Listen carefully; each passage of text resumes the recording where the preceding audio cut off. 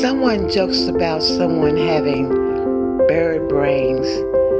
That means that person is ignorant or foolish. But if you look at these two birds tinkering around on April Fool's Day,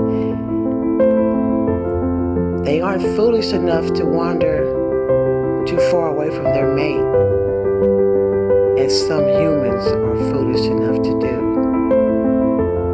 So having bird brains may not be bad